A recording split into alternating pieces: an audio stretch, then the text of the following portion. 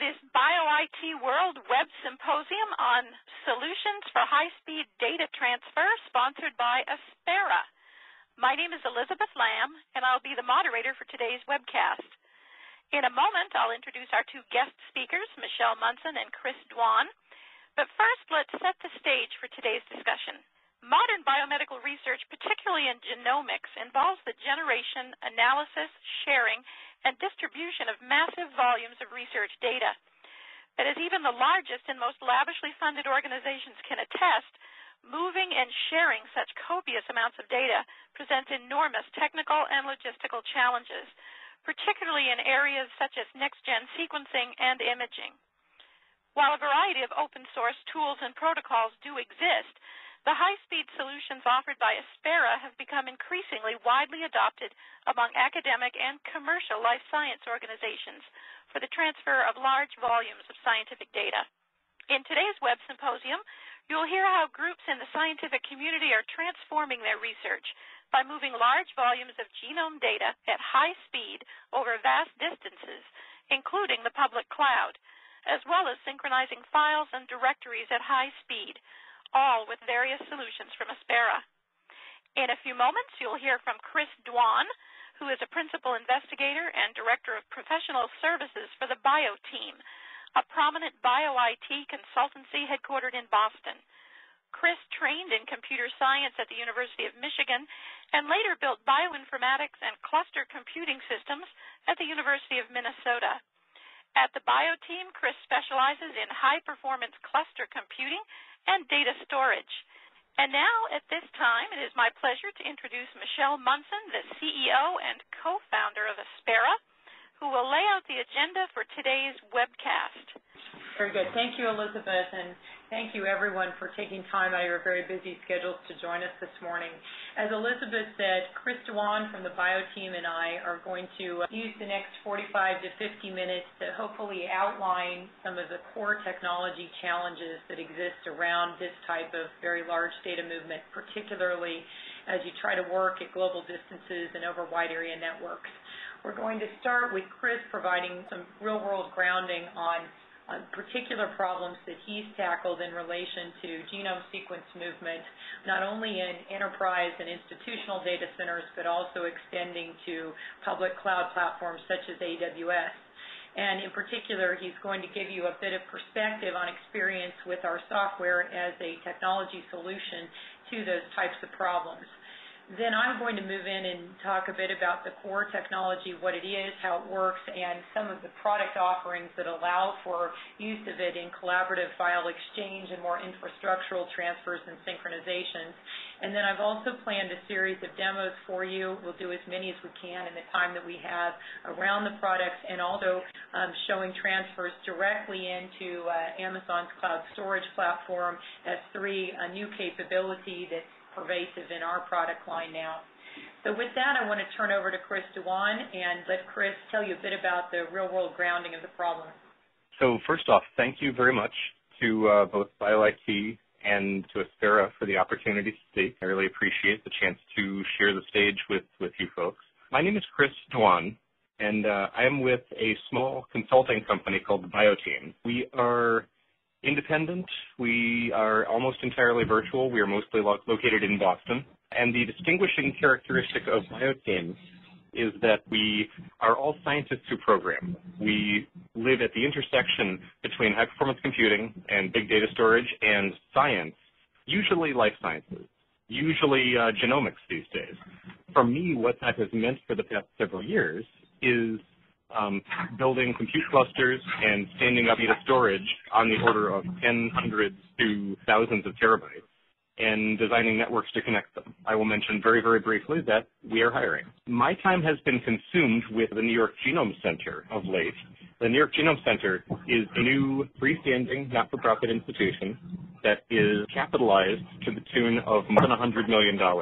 They're institutional founding members, major academic and clinical sites in New York on the order of Rockefeller University and New York University and Sinai and Sloan.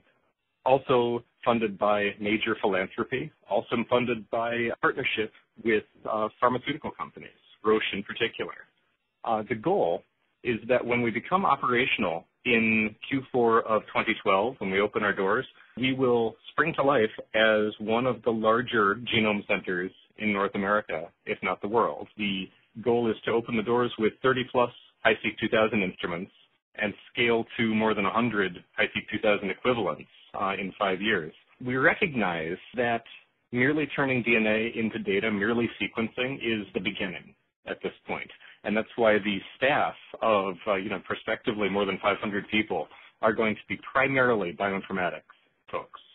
This is going to be a sequencing center, certainly, but also a center for novel analysis and lots of novel collaboration, where when you have 12 major institutions in and around New York who are investing in the success of this center, there's a lot of potential for just fascinating things to happen.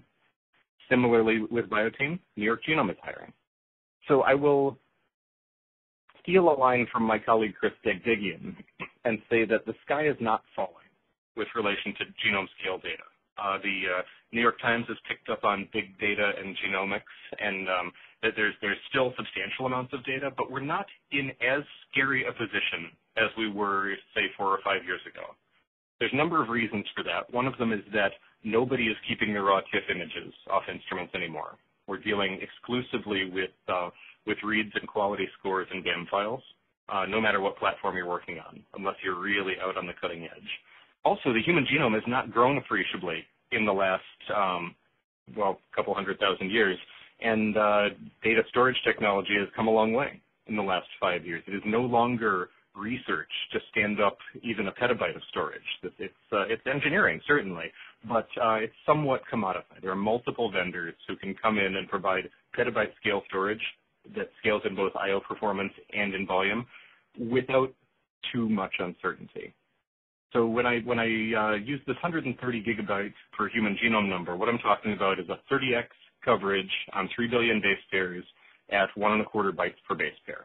There are technologies that you and Bernie is developing called CRAM, whereby doing a slightly lossy compression, we can get huge wins in long-term storage. Our goal with New York Genome is to run several batches of thousands of genomes apiece this year. We're also going to be doing exome and RNA-seq, which I understand that the science is quite different, but from a data management perspective, these are genome light. These are smaller. We anticipate over the years stabilizing somewhere in the low tens of petabytes in our data warehouse. I mentioned two things. One is that we are intending to open our doors Q4 of 2012, and another is that we intend to do a lot of sequencing and analysis prior to opening our doors.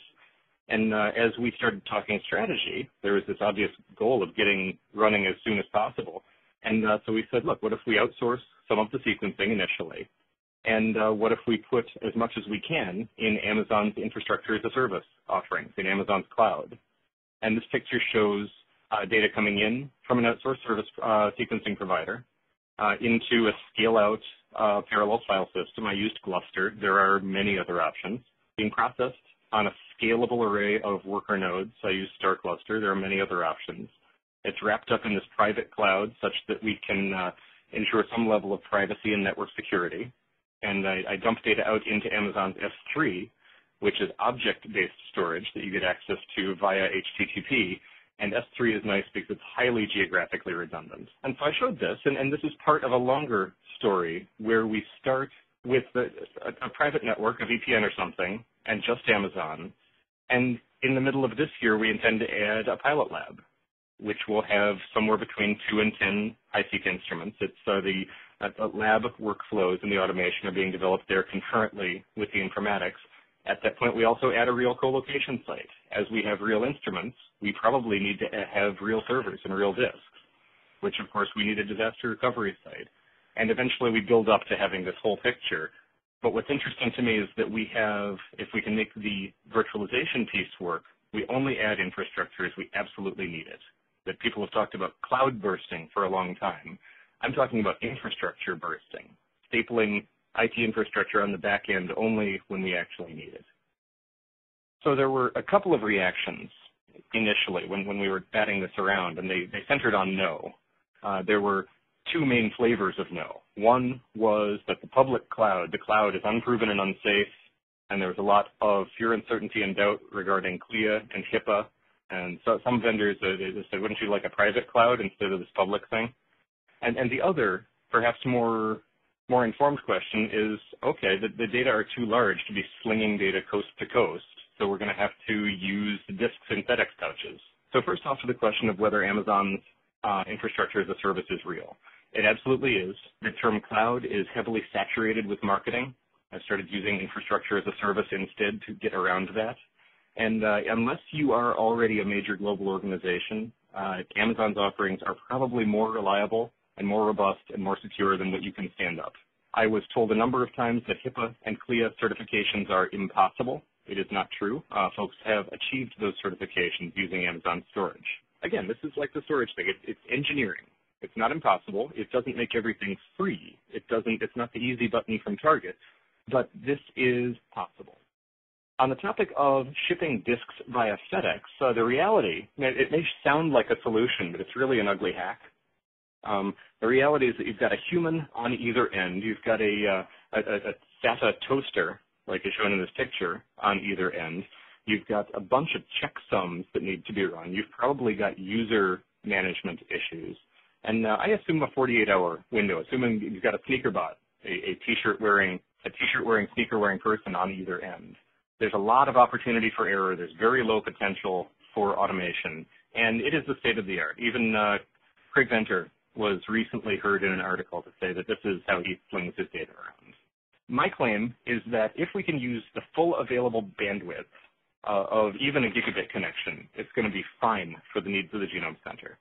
And what I've done in this chart is shown the time required if I have the whole pipe to sling a gigabyte across each of a T1, a T3, a 700 megabit per second connection, and a gigabit. A gigabit takes 8 seconds to sling a gigabyte. It takes 17 minutes to sling a whole genome if a genome is 130 gigabytes. And keep in mind when I say that 130 number, that's the reads. That's the raw data and quality. The final product, the 3 billion letters, much, much smaller. And interestingly, I figured out that I could, if I had even 700 megabits per second, I could move the entire output of the center in 2017, assuming 134 HiSeq 2000s, or their equivalent, in a day. So I could keep up with the daily output if only I could use this full pipe. So that's where Aspera comes in.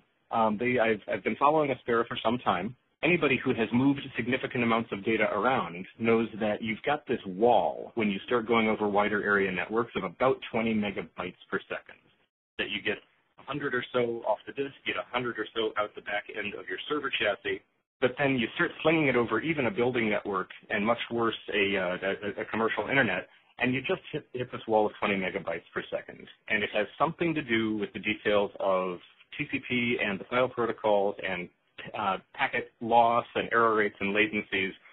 Everybody eventually has written a wrapper around FTP to run like 20 FTP pipes at the same time, or rsync, and it just avoids the problem. And it makes some really strong assumptions about independence of errors and independence of the source of the problem.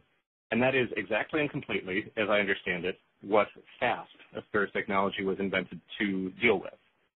In addition, it does many other wonderful things. So here's my story of turning on Aspera last month. I purchased a license from within Amazon. They have an AMI that allows you to just deploy a pre-installed configuration. It's $750 a month. There's an additional charge of 15 cents per gigabyte uploaded or downloaded. And that's on top of Amazon's charge for data motion. I deployed the server. I logged in via SSH. I changed the password, and I handed an account to my collaborator out in California, who was going to sling several example raw genome BAM files up over this link. He downloaded a web client from the server that I had stood up, and we saw 5 megabits per second over this pipe. And he called up his network team, and they corrected a bad router in his building. They were apologetic. They said they'd been meaning to get around to it. Okay, so then we tried it again, and we were rate limited at 45 megabits per second. And then I found a default, where that was the ceiling that was just set for default. I changed it. It's a reasonable default. I wanted more. And on the third try, this happened. This is 700 megabits per second sustained coast to coast over the commercial internet from California into an Amazon East data center for 8 hours. This is what the story was going to be. This is the best possible outcome, and I got it with almost no tuning. I got it on the first day of trying, and it's repeatable. So in terms of that question of, do I need to ship disks around? Is my plan feasible? Yes, absolutely, the plan is feasible. And in fact, the 700 number is kind of magical, because rather than, and I understand that requirements are going to grow because of this, and I'll be pushed into some esoteric technologies anyway, but what I'm showing is that I don't need to do anything terribly clever other than using the tools that are already commercially available to meet my 2012 and 2013 needs. There is more. There is substantially more in that Aspera has recently announced that they are able to go direct to S3 storage, so that rather than going into an ephemeral disk or an elastic block store disk, we can use the same S3 storage that I was thinking of as highly reliable backup and distribution. And there is this idea of shares where you can put Aspera on top of a number of network file repositories.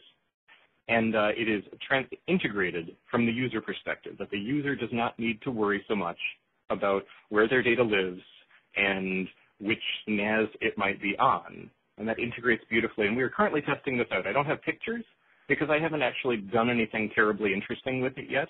We're testing it out, and it appears to work.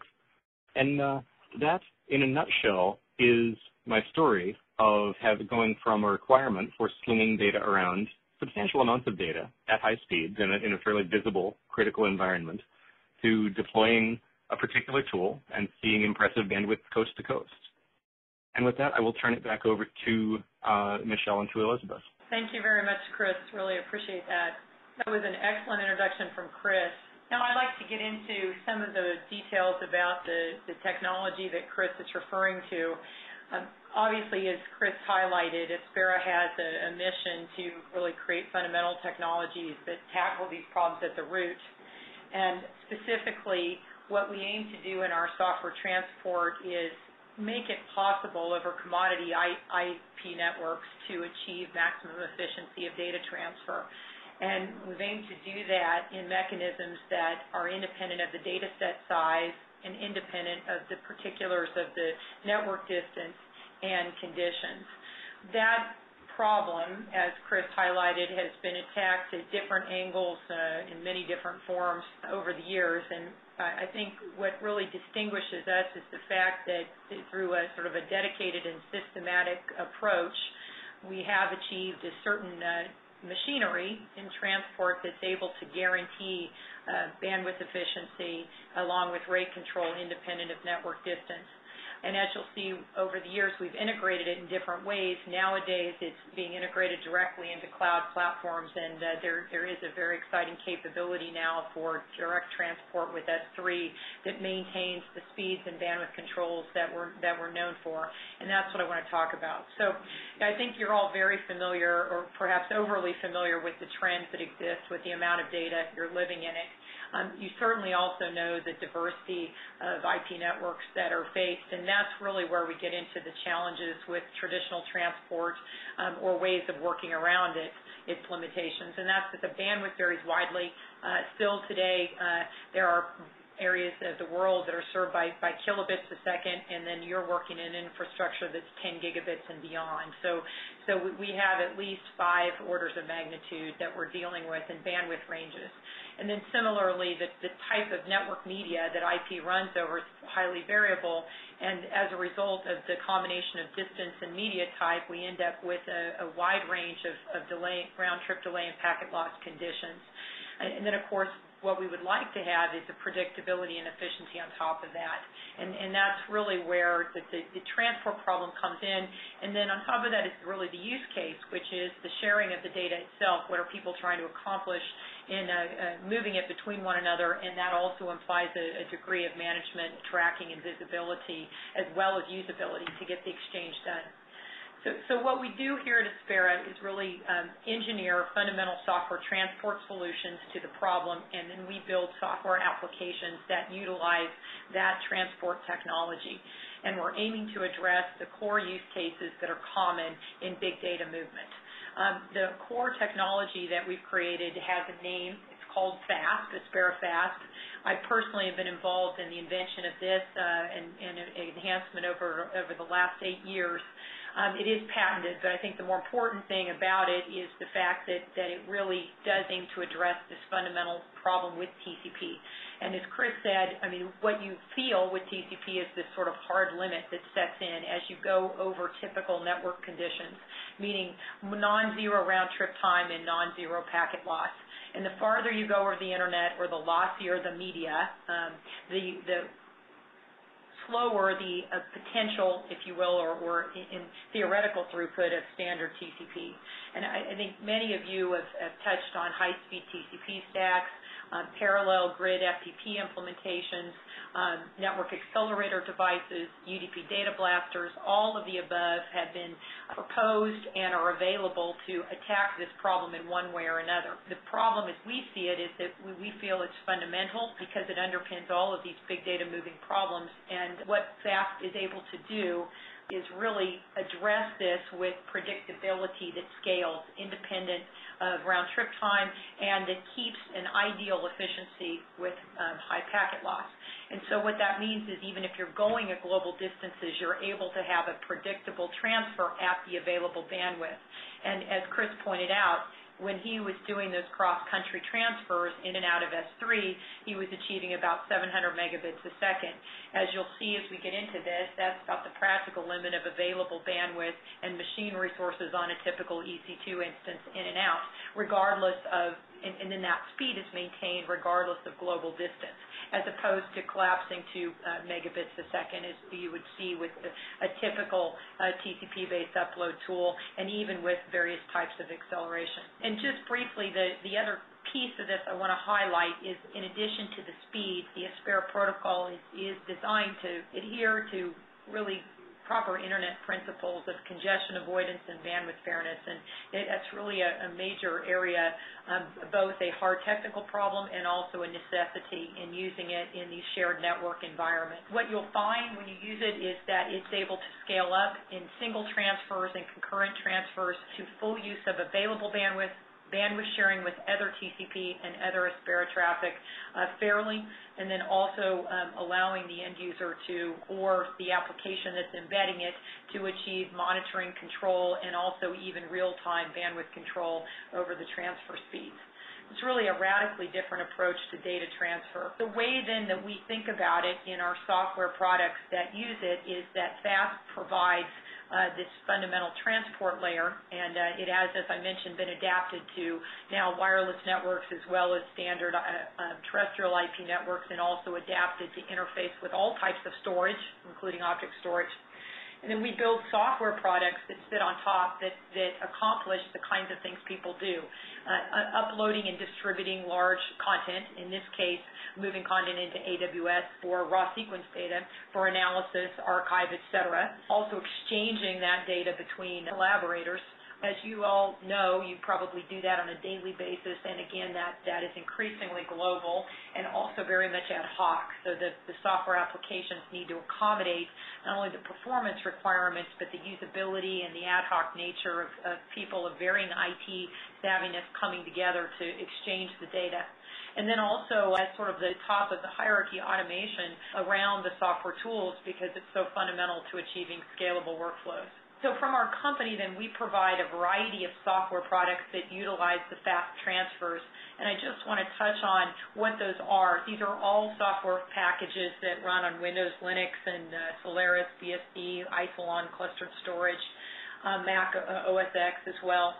The typical use cases involve uploads and downloads from a core server platform, which again might be used with traditional storage or cloud storage. Desktop clients and embeddable clients, point-to-point is commonly used as an infrastructural endpoint to replace FTP or STP.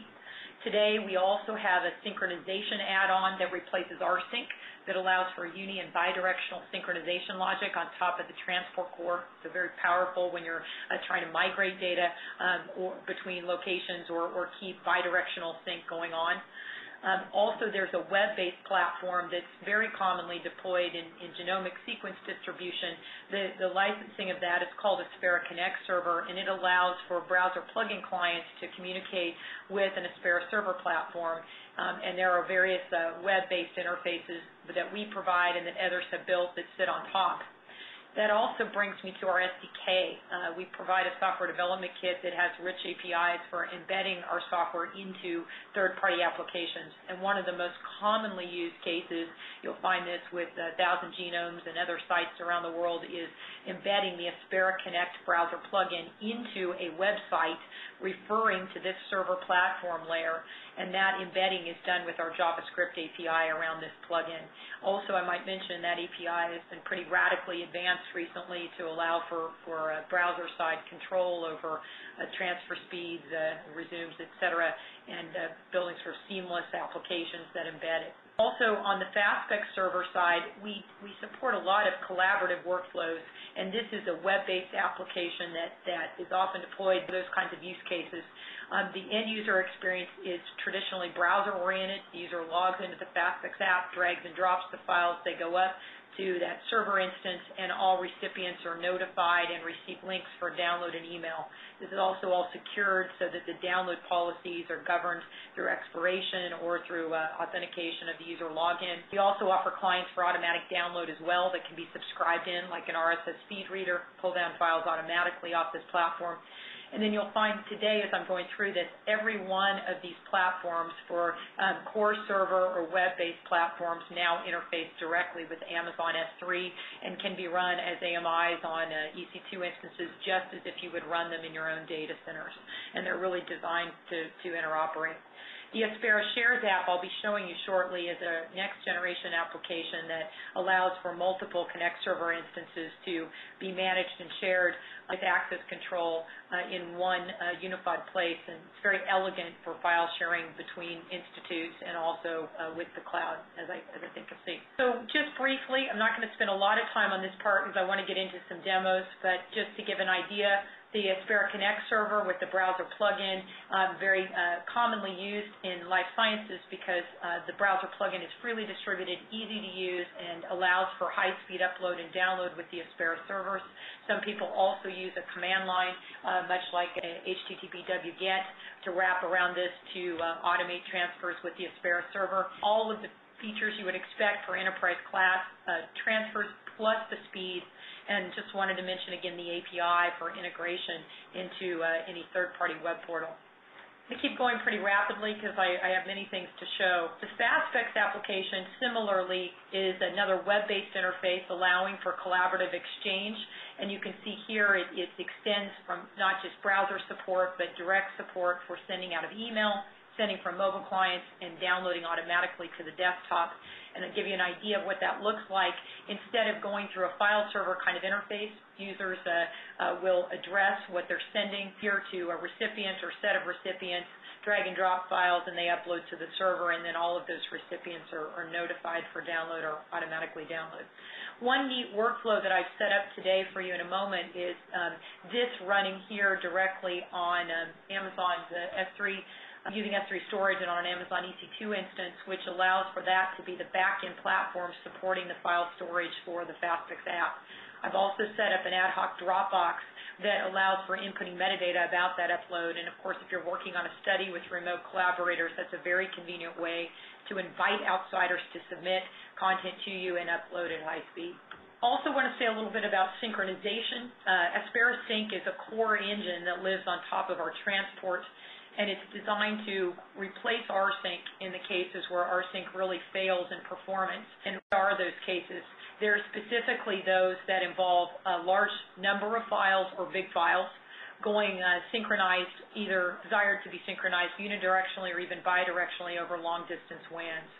And the cases for this are abundant and varied across the industry. The things that we come across the most are data migration and then also replication of large-scale storage systems, either continuously or one time. The other area that is interesting is collaborators that are sharing data sets where those data sets are changing, they're remote, and they need to be kept in sync over the long haul. Some of the key features of sync are, firstly, obviously it's built on top of the fast transport to overcome the inherent TCP bottlenecks for moving new data.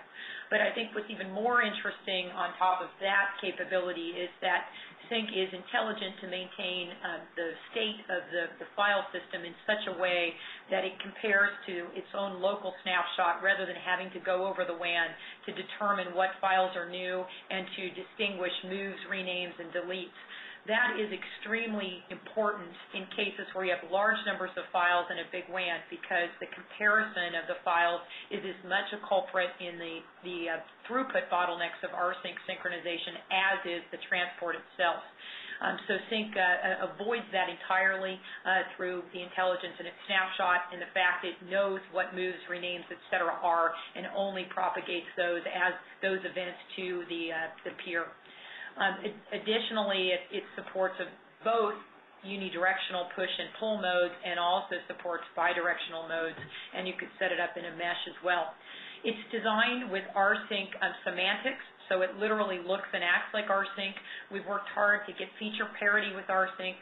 Those of you who use it know that include-exclude filters and advanced permission preservation, etc., are key to practical usage, and we've come, I think, very close to matching all of the key features of rsync with it, and have had very good luck with it in our first 6 months of deployment. In terms of the speed that you can expect from it, we usually look at sort of two different aspects. One is the first time you synchronize data, in which case the time is largely dominated by the network throughput, because you're mostly sending new data. And there you can see as compared to rsync, in this case we're dealing with very tiny files, 100 KB, same thing with 10 KB or smaller. Those are the most challenging because we're always limited by read throughput, and there we end up being about 81 times the speed of rsync over a WAN of 100 milliseconds and 1%. That's like going across the U.S.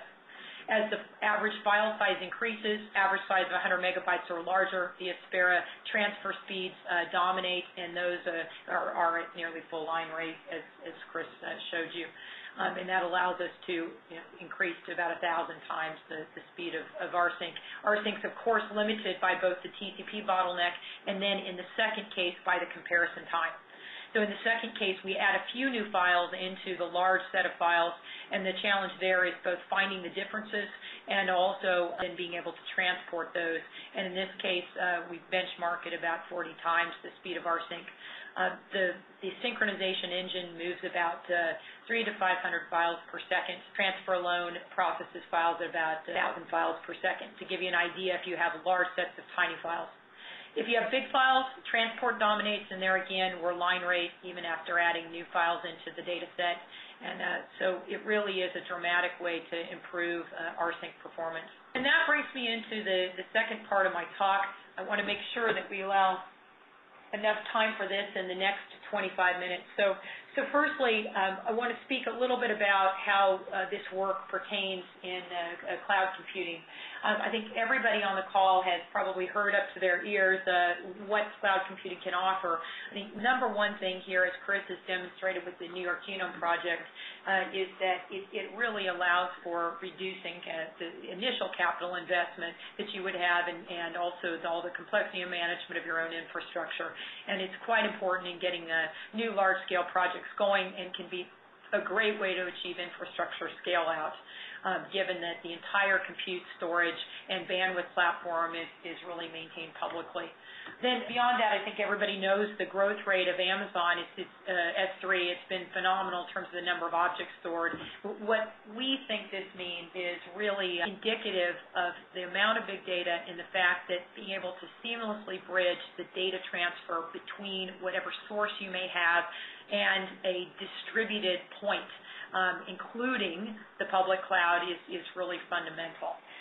at 762 billion objects stored in S3, and this kind of more than exponential growth, you can imagine what that means for being able to access that data at high speed globally or put it in at high speed globally. The challenges are utterly clear. I just wanted to piggyback on Chris's comment in the genome deluge. I mean, even Craig Venter, as recent as last Sunday on NPR, commented that he's shipping drives around.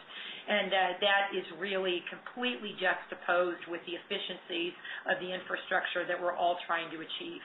And so the point of what I'm talking about today is to make it practically possible to use IP networks to get this data at turnaround speeds that have not been seen before. Big data, of course, we're talking about here is largely next-generation sequencing data and then the related reduced data sets that the entirety of this research community deals in. So the bottlenecks then and the problem, the first one we've talked about a lot, and that's the WAN bottleneck that I've been discussing in regard to TCP performance over the WAN. The less known bottleneck that happens in the cloud is the secondary storage bottleneck that happens between the computer where the transfer software is running and the object storage system. And I want to get into this a little bit. The object storage interfaces for I/O are HTTP based today. HTTP builds on TCP. And what it means is that any transfer that you're going to do using the native APIs that Amazon and OpenStack and other clouds expose will be done with an HTTP put or get. The second problem is that then those put and get APIs are designed for small objects, meaning on the order of 60 to 120 megabytes in size. And if you're dealing in the gigabytes and above, of course, that means your data has to be divided up. So you have twofold problem of using this native I/O. The first one is that it's fundamentally limited over the WAN. It performs very slowly end to end if you stretched it all the way out to the source. And the second problem is that it requires dividing up these giant data sets in some way programmatically to put data in or reassemble it coming out. So the fact of the matter is it's really not designed for this type of big data transport without an intermediary layer that solves these problems. And that's essentially what we've been working on since about December of 2010. About just over a year ago, Amazon, in their S3 storage, upgraded the total size of a given object, an addressable object, from 5 GB to 5 terabytes. And obviously that was a breakthrough for the big data industries. The however with this is that required a multi-part HTTP upload using an API provided by Amazon. So you still have the same basic problems. You can get the object in, but it is slow because each of these put and get operations is over HTTP. Secondly, it requires using the multi-part API, which is not only complex, also creates this inherent software speed bump where you're always having to divide the data up to put it in and reassemble it to get it out. So what we've tackled here at Aspera is really a fundamental solution to this problem, and we've just recently introduced this and are going to be showing it for the first time in this community at BioIT at the end of April. There you'll see that the Aspera server software platform has been extended with a new layer of software. This is all seamlessly built in that allows us to read and write natively to Amazon S3 storage and maintain the speeds of that end to end. And then out here, the access is the standard Aspera server or client, command line, browser plugin, anything you might be using that has Aspera embedded in it, including an embedded client if you put us on a sequencer or something like that. And the beauty of that is that then we're able to overcome both bottlenecks end to end. In this work, we spent a lot of time characterizing this layer so we could get that built in such a way that it will provide both the speed and support the bandwidth control we do to ensure fair sharing in and out of the storage layer. And the result of this is that, just as Chris said, we're able to transfer directly to S3 at the available bandwidth end to end. And globally, with Amazon and S3, that works out to be about 700 megabits a second. If you're on a direct connect link where Amazon provides more bandwidth, it's a gigabit per EC2 large instance. And then, of course, you can scale that out with multiple EC2 instances of your choosing. If you choose a smaller instance, they're capable of a few hundred megabits a second. So for someone working at a global distance, it's at least 10x and in some cases 100 to 1,000-fold the speed that you would otherwise experience. My own feeling is that the biggest breakthrough is the fact it makes it possible, as Chris said, to get these data sets around in time frames that are practical. And at this speed, of course, it's 10 terabytes in a day that can move around. And the direct to S3 capability that I'm going to show you in a moment has all of the typical Aspera features with this direct integration, and of course interoperates with all of the Aspera host options. We've also maintained the security model, which I think is a big deal for the privacy and data security concerns. I didn't mention that, but FAST has, of course, a transport-level encryption built in, and then we also, in our applications, maintain secure authentication and access control. In the case of S3, we actually use the private credentials that are provided for access to the given bucket location. Those are configured on the server, so they're opaque to the end user and securely protected. And the result is that the end user can have a secure and private access to that S3 location mediated by the Aspera software. And to the end user, that storage endpoint looks just like an enterprise endpoint. And then as far as the offerings, we've built our core transfer server layer as an AMI for this, and we've extended it now with our applications running on top of it. And in just a moment, I'm going to show you FastX and shares as collaborative interfaces on top. Of course, this server layer can be used to support command line as well as other server-to-server transfers without any interface at all. And then the Aspera console allows for distributed management and control and visibility. You can add nodes that are on EC2 just as you can add nodes in the enterprise directly to the console and have a single view of what's ongoing. So now this brings me directly into a few use cases that I want to share with you in the 15 minutes we have left. So firstly, I'm going to start with a demonstration of a direct S3 transfer, really as compared to the traditional means of using something like CyberDuck, which is an HTTP multi-stream upload tool. And here, we're going to be working directly from an Aspera client to at a data center that we have with a relatively high-speed connection, and then uploading to the Amazon's S3 region in comparison. And then I'll move into some more advanced use cases. So let's just take a look at that. By the way, I also set up for a moment, in a moment here, a sync demo if we have time left. So here I am taking a look at this particular Windows host where we have a connection into s3.asperasoft.com. This is an S3 bucket in the East Coast region. And I'm going to start with the transfer with Cloudberry, CyberDuck are similar. They're both tools that do multi-part HTTP upload, and I wanted to use that just to give you an idea of the typical transfer speeds here. And this will give you an idea of the fraction of the interface that we're able to use in that particular transfer. If you notice here, we're going at about 25 to 30 megabits a second.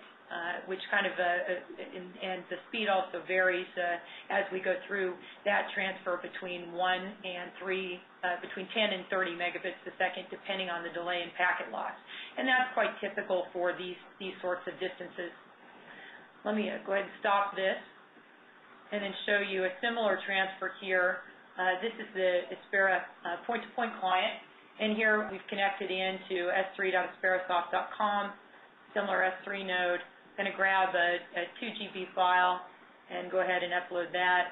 And you'll see on this particular host, it'll be somewhere between 400 and 700 megabits a second, depending on available bandwidth. And notice then that the experience for the end user, of course, is very similar to any Aspera transfer experience. This is using a GUI client for visibility. We can also use the ASCP command line or another server-to-server type of transfer. And then in a moment, I'll show you some of the collaborative apps. In this case, the connection has been set up, addressed to the particular bucket of interest. And then let me show you there on the Aspera console how we've configured the dock route for that. This transfer then finished in 572 megabits a second, so on the order of 20 to 30 times the speed that we were able to do before. So let's move in and take a quick look at how this is set up in the console. If we look at the Aspera console, our S3 is one of the managed nodes, and we can browse into the configuration on accounts and see that the Aspera 3 account, which is the one that we used here for these S3 transfers, is set up with a secure doc route that actually addresses that S3 bucket. And notice here, that's what gives us the secure private area to transfer. The credentials, of course, are configured on the server privately by the administrator and stored either in the direct Aspera.conf file or configured through the console. And then similarly, when we do the transfers, we can see directly what's been done in the Aspera console, source and destination IPs. This is the file I just transferred, and we have the same reporting on rates and delay and packet loss that we had to deal with in that particular session. So for the next two use cases, I want to get into something a little more elaborate. And these two will really involve end-user type scenarios or collaboration type scenarios. So here we're going to be working with the Fastfix server that's actually hosted on an EC2 instance and using Amazon S3 as the backend storage or an EBS volume as the backend storage. Both are supported. And then the Aspera transfer is done via a browser interface. A user is uploading, in this case I configured a Dropbox with some study-specific metadata. User fills that out, uploads in their browser, files go up here to S3, and then the recipient is notified to download or automatically downloads. And so you can see here we're using the cloud infrastructure in lieu of having the Aspera software in a data center. In the second case, we actually combine together the cloud infrastructure with the enterprise. So here we're using the Aspera Shares web app, and we have both a data center that we control, which has the Aspera software installed on Linux. We call that one managed node.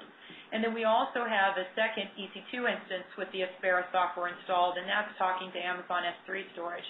So here we have traditional storage, here we have S3 storage. And the Aspera Shares web interface provides a single virtual view on the areas of the file system in this place and this place that are shared out for a particular user. And that user then, through Shares, sees the accessible areas and can upload and download according to the permissions configured. And as Chris pointed out, Shares can interface with an AD or an LDAP or have local directories and groups, so then setting up these sort of collaborative workspaces that are secure and work against one or more directory services is very easy and manageable. Okay? So let me get into those two cases next. Open my browser. Just start with Fastfix as an example. So this one happens to be running up on the cloud.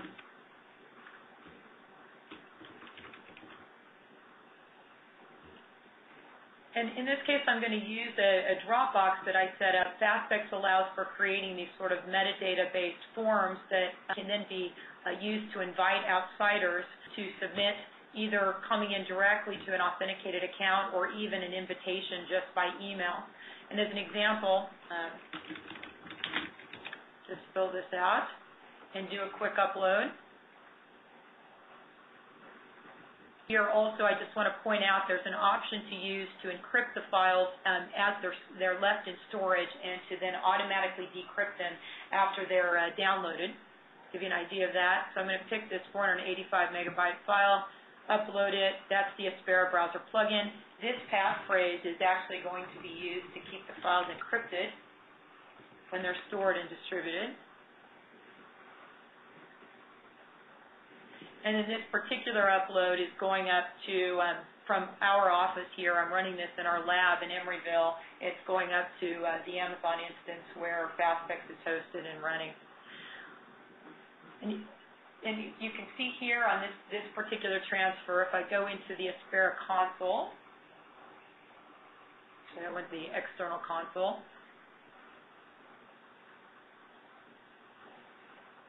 there we go. So here is that particular upload that's taking place from our office. I can see who's doing it in the Aspera Fastfix application. And then I also want to show here the Aspera Cargo client, which I've set up to be automatically subscribed to then download any files that are sent via Aspera Fastfix. And notice that I subscribed in as admin. Admin happens to be in the Dropbox workgroup, so Cargo finds those new packages that will be able to download them directly to the user's desktop and decrypt them. The other workflow that I want to point out in Fastfix is the notification-based workflow. And here you can see that each recipient is also notified by email, and they have the option to then download what was sent to them directly with this download link, which takes them into a received package view. So, for example, if we look at this particular Dropbox, here's the example study, and this is the package that I would then be able to download either directly with Cargo or with the Aspera Connect browser plugin client. And in this case, I have the option to keep the files encrypted or to decrypt them as they're coming down to disk. And keeping them encrypted on disk is a nice way to ensure that only intended recipients are able to open them after the fact.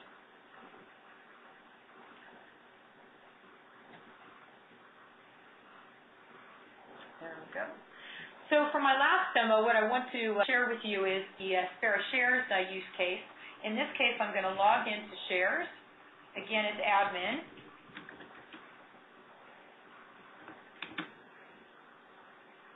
Oops, excuse me. There. And unlike Fastfix, which used a single server node up on EC2 talking to S3, in this case I have multiple nodes configured. The Emeryville node, you'll see if I take a look at it, is actually hosted, let's use San Francisco, that's a good example, is actually hosted on this particular IP address, 66.211.109.168. This is an Aspera server instance, a Linux box that we maintain with server software on it.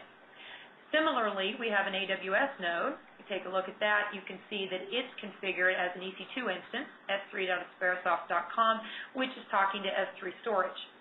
And then on each of these two Aspera servers, we can share out different locations that are then available, can then be made available to users for various upload and download operations. So on this Amazon node, we have one share called NYC Alignment. On the San Francisco node, we have a share called Aspera Internal. On the Emeryville node, we have builds, designs, etc. So let's take a look then at a typical user's experience. Let's start with the builds directory. So if we look at authorizations, we can see the builds directory, which is using traditional storage, is authorized to allow this user, Luke Aspera, to browse, download, upload, make directory, delete, or rename. And then similarly, if we move down and look at this NYC alignment share, look at the authorizations there, we can see that that same user has been given permissions to browse, upload, and delete files and directories. So now we're going to log in as that user and see this hybrid experience for the user Luke.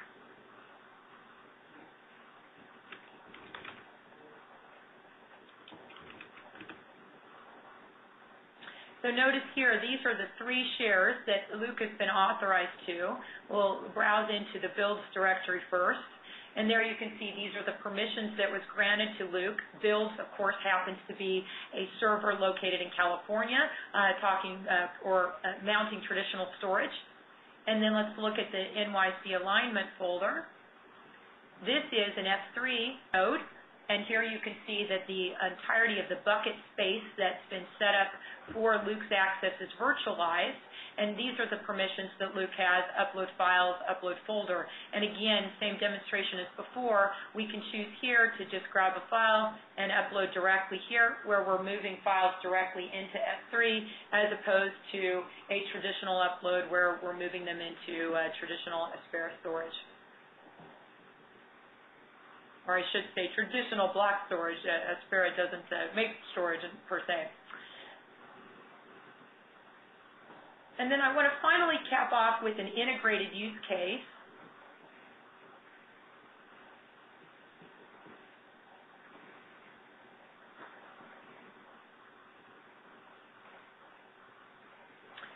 So the integrated use case that I want to describe now is something that we're putting together to show at BioIT, and that is one that allows us in a genetics sequencing pipeline to create a sequence at the sequencer location to upload to a cloud such as AWS S3 and kick off a workflow that can be automated using the Aspera APIs on the server side. That type of workflow allows for use of the platform end-to-end and will take advantage of the Aspera SDK. And I want to just say a couple of points on that before we get into the questions. The Aspera SDK includes a variety of interfaces such as web services and direct C, C++, Java, and .NET APIs, and a browser plugin API. And in these integrated workflows, we utilize both an embedded client API to create the integration with the sequencer process on the client side, and then on the server side, we use the web services API to monitor incoming progress of those transfers, to know when they complete asynchronously, and then to use that programmatically to initiate another workflow, such as through Amazon Simple Workflow Engine or through a custom workflow operation. All of our SDK interfaces are available through the Aspera Developer Network, the ADN, and that is part of the Aspera SDK offering. And finally, the Aspera On-Demand offering I've been showing consists of a base AMI, which allows for Aspera transfers either to block storage or to direct to S3. And also, we've recently added the capability for fastbacks and shares to be added on top, as well as the Aspera console. We are expanding the offerings of this. I think Chris mentioned our traditional offerings had been a fee per month with a byte transfer, a fee per byte transfer on top. We're introducing some subscription offerings that allow for a certain number of bytes per month for a flat rate, which is great for higher volumes. And we're also introducing a pure per gigabyte offering as well with Amazon. So you should be watching for those. We'll have more information about them at BioIT and some information coming up on our website focused on this. So with that, I think we're very much at the top of the hour. I want to pause there and move over to questions. Thank you, Michelle. We've had quite a few come in, so let's start at the beginning. First question that we have, I believe, is for Chris Dwan. How much work is it to get HIPAA, CLIA, GLP, ISO 15189 with AWS? So we had some discussion, chat sessions about that, and the answer is that it's a lot of work. Most of that work is documentation and process control. But the engineering, once you understand the requirements, are pretty straightforward.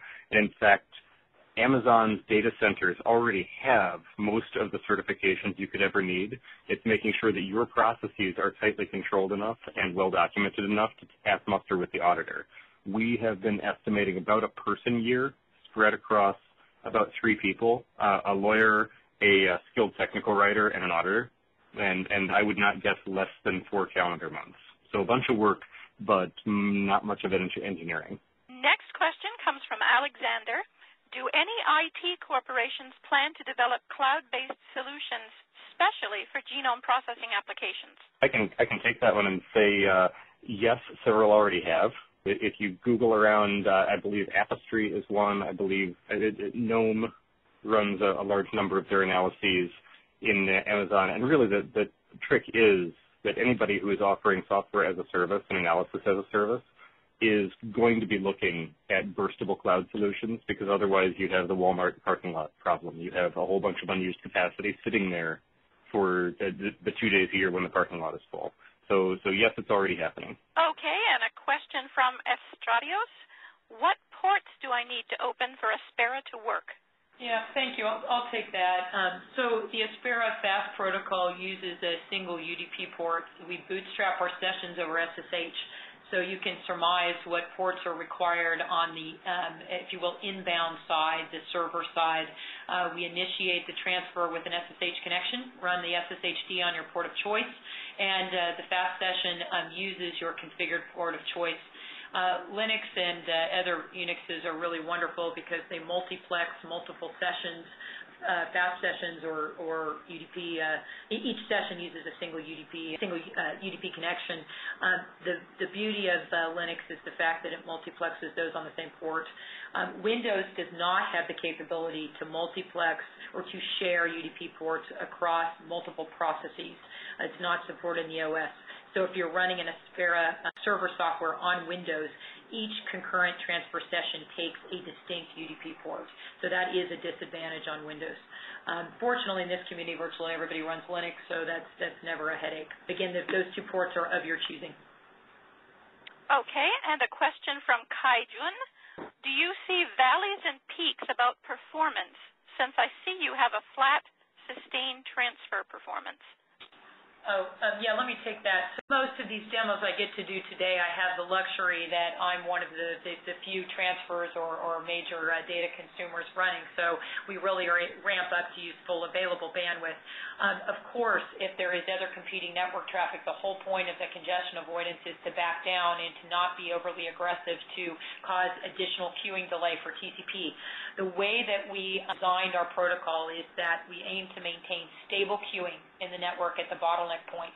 And what that means is that the goal is to never create packet loss for other traffic running alongside us. So our flows will ebb and flow up and down based on our attempt in our algorithms to regulate our speeds of each running flow according to that goal. So you, of course, will see them adapt to use the available bandwidth. There are also prioritization policies. So you do have the option to make Aspera, if you will, less aggressive or more aggressive than standard TCP through high or low back policy settings. The default is a fair mode, and that, again, as I mentioned, aims to maintain stable queuing level given the range of network bandwidth people work over. So those are the options for you, and it's a very important area of our work. Lastly, we do the same thing for the disk. Interestingly, in these high-speed cases, actually the network is less of a problem sometimes than the disk because the storage is actually slower these days than the network throughput. When you're talking about, if you will, large data read and write, a lot of storage specs are quoted for data sizes that fit inside of file caches, not the giant sets that we're talking about. And so what that means is that our protocol has a congestion avoidance for disk throughput as well. It has a two-part rate controller, and the disk-based rate controller also feeds back what it sees to be the available bandwidth to the disk. And each transfer flow is adjusting its sending rate to use the minimum of the network available bandwidth and the disk available bandwidth. So if we get that all right, we're using what's there without creating congestion for other traffic, considering the end-to-end problem. And as I'm sure you can imagine, that's a very complex thing to do in the large with the way the internet is, because there's many bottleneck points and a lot of cross traffic, and the bandwidths range by sort of 5 to 6 orders of magnitude. So it's a massive challenge, but I think we do the best job that I've seen in the world today of getting all of this satisfied without compromising throughput. Okay, and this question, I know that Chris mentioned in his presentation about the $750 per month contract for his cloud storage. So we have a question from Kai Jun. How much space for $750 per month on storage EC2? Right. I apologize if I was unclear there. That's a software license for the use of the Aspera on-demand server. Storage is distinct from that. So if you use EC2 storage, if you use EC2, their block storage, that's 10 cents a gigabyte per month. If you use S3, it starts at 12 cents a gigabyte per month, but neither of those was included in that 750. Most of the storage that I needed for these experiments was, so I was running a large instance, I think it was a quad large, and that comes with a couple hundred gigabytes of storage on the machine, and I just used that for these experiments. But the 750 was not storage, that was a software license. Okay. Thank you for clarifying that. We have kind of a case study question from F. Stradios. I'm looking to transfer some large data sets from the Cancer Genome Atlas to NYU. They, the Cancer Genome Atlas, have an Aspera server installed. Will F. Stradios need the client, and will he need a license? I can help with that in terms of the product offering. The great thing about an Aspera server is it has all the client capability built in, so you don't need anything in addition to transfer to any other Aspera serving endpoint on that end. As far as the NY Genome Center goes, Chris can address that. They're getting started with our software right now, and this use case that Chris is talking about is toward that. Yeah, I will say that my experience is that once you have one server, you can upload and download from that server to your heart's content. The synchronization and other features that Michelle was talking about at the end of her time, I believe require multiple instances, but just going point to point, if one of those points has the full server license, then you can either upload or download without a problem. That's right. And the Aspera Sync engine, async as it's called, is just an add-on to an Aspera server software license or a point-to-point license of the client. Okay, we have a question from Alfredo. Can you sync from just one node? You have to have Aspera software at both ends. So, and why is that? If you think back through the dynamics of FAST, then there are two ends to every transfer. So a piece of our software needs to live at the other end. In the case of synchronization, you do need the async engine. As a general case in these workflows, what we attempt to do is get this embeddable client or browser plugin, those are the two sort of universal formats, in such a way that you can distribute them dynamically, download automatically through the browser, or distribute them in other auto-download mechanisms, so that you could have a sort of zero install kind of experience. But there is no way for us to offer FAST without putting a client of some type, somehow, onto the other end to get the full protocol stack. Okay, and we have a question from Leela. Can Aspera be used for genetic coding and encoding? Not for those processes, but it would fit very nicely next to those processes for the transfer, and again, as an embedded client. So it's purely a transfer solution. Okay, and the final question that I've seen come in, has EMC Corp, as a leader in data handling, already involved in data storage solution development for genomics? Well, one thing I can say about EMC is that their subsidiary Isilon embeds Aspera server software on OneFS. You can enable it by purchasing a license for it from Isilon, and they have partnered with us doing that for 5 years now. It's quite a nice integrated solution, because the OneFS storage system, as many of you probably know, is clustered by nature, and then our software provides the Aspera Fast high-speed file transfer capability built in, and it supports the types of clients I mentioned today, the browser client, embedded clients, and other servers. Okay, thank you very much. Well, that appears to be the last question for today. Michelle, do you have any concluding comments you'd like to share? I'd just like to thank everybody and invite you also to visit with us at BioIT World in the third week in April, where we'll be showing these things, and I'll also be giving a talk and doing some demonstrations. Wonderful. Chris, how about you? Just to repeat, thanks to both Aspera and BioIT World for the opportunity to speak today. And I will also be at BioIT World. Bio team will have a strong presence there. And so please feel free to come find us if you want to talk about any of these things further. Well, thank you very much. This concludes our BioIT World Web Symposium on Solutions for High-Speed Data Transfer. It just remains for me to thank our sponsor, Aspera, our two speakers, Chris Dwan and Michelle Munson, and most of all, those of you who attended, for staying with us and asking great questions. So on behalf of BioIT World and Aspera, this is Elizabeth Lamb saying thank you and have a great day.